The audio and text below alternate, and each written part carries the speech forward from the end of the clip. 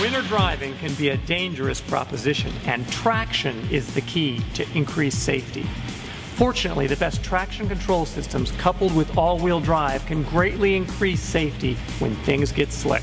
Some recent internet videos showed a group of vehicles climbing a ramp made with rollers. The idea was to eliminate traction from 3 of the vehicle's wheels and show which systems could transmit power to the wheels that still had traction and those that couldn't.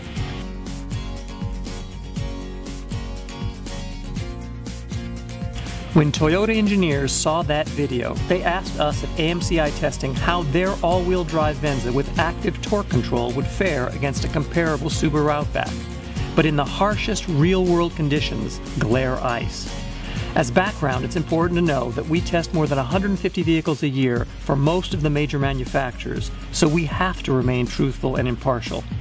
To start, we insisted on procuring our own brand new Venza and Outback blindly from local dealerships.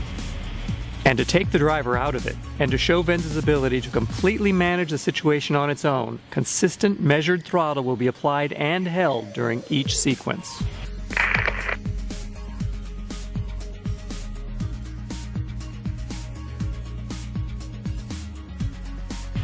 In this most difficult test, we'll measure the time it takes for each vehicle to travel 50 feet. A small amount of wheel spin as it hunts for nearly non-existent traction, and both vehicles cross the finish line essentially together, separated by a scant 5/100ths of a second.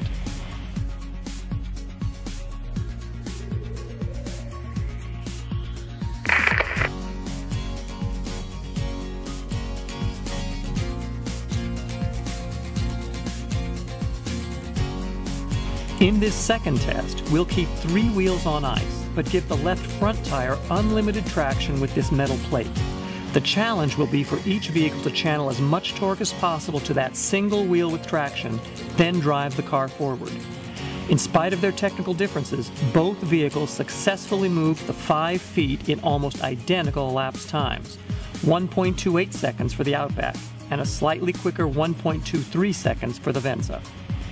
When we move the traction plate from the left front position to the left rear, the vehicles take about 1/10 of a second longer, with the margin still in favor of the Venza.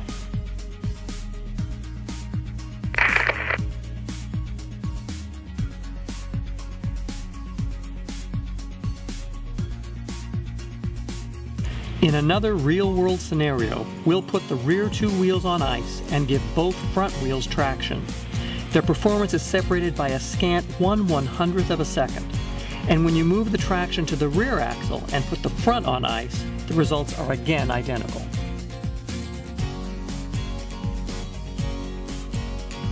George Deganis is AMCI Testing's lead test engineer.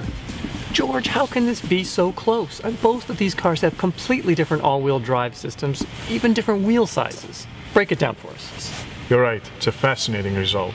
What this tells me is that the engineering teams of both companies set out with the same goal: to get all they can out of these tires, to get all the available grip out of these tires.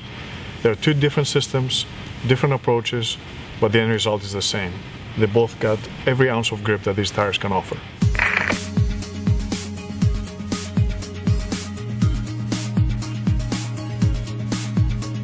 Next, we explore differences in how each vehicle handles variations in traction side to side. We'll keep the ice on one side of the car, simulating ice at the curb or maybe glare ice where a snowplow has partially cleared a lane.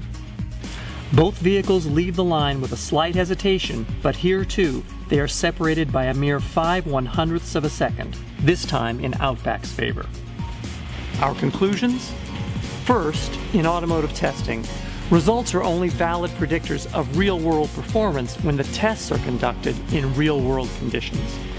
And second, although there may be defining differences between the Toyota Venza and Subaru Outback, all-wheel drive performance on ice is not one of them. In the worst winter conditions, both vehicles performed admirably, in spite of the differences in their engineering approaches.